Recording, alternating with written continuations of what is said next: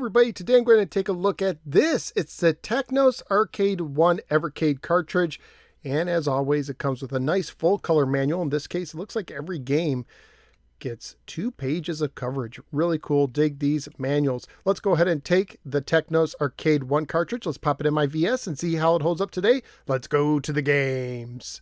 Technos Arcade 1 is cartridge 01 of the Purple Boxed Arcade series. Amazon gives it a release date of February 25th, 2022 here in the States at a standard $19.99 price and was in stock at the time of my research.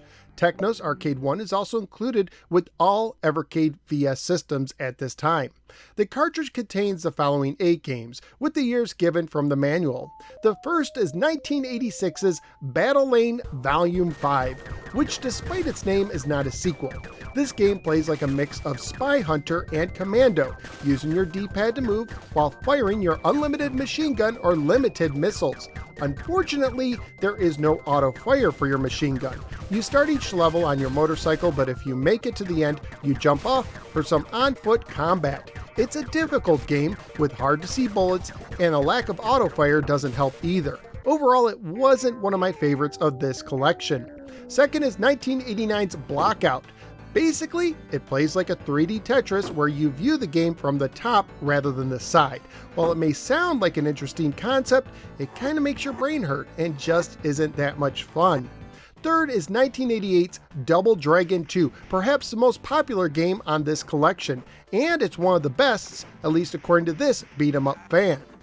The fourth game is 1990's Double Dragon 3. If you hate microtransactions, you could place some of the blame on this game, which encouraged players to use their quarters to buy things such as power-ups, weapons, and new characters. Yay! At least you get unlimited quarters in this collection. It also plays like a downgrade compared to Double Dragon 2, so only die-hard beat-em-up fans will get much out of this one. The fifth game is 1986's Mania Challenge, which is basically a 2-player version of the arcade game Mania. For an early wrestling game, it's simply okay. The sixth game is also the oldest on the collection, with 1982's Minky Monkey, and also happens to be the first Technos arcade game ever released. It plays a little bit like Donkey Kong Jr., where you have to push fruit up and down ropes while avoiding the monkey. It's not the worst, and I'm glad it's here for historical reasons, but it gets too hard too fast, at least for me. The seventh game is 1984's Mysterious Stones. It plays like a knockoff Indiana Jones game, collecting treasures, using kicks and your gun on objects and enemies, while navigating temples while trying to escape by 8 AM. It's actually one of the more interesting games in this collection, and one I wouldn't mind putting more time into. The eighth and final game is the Combatribes.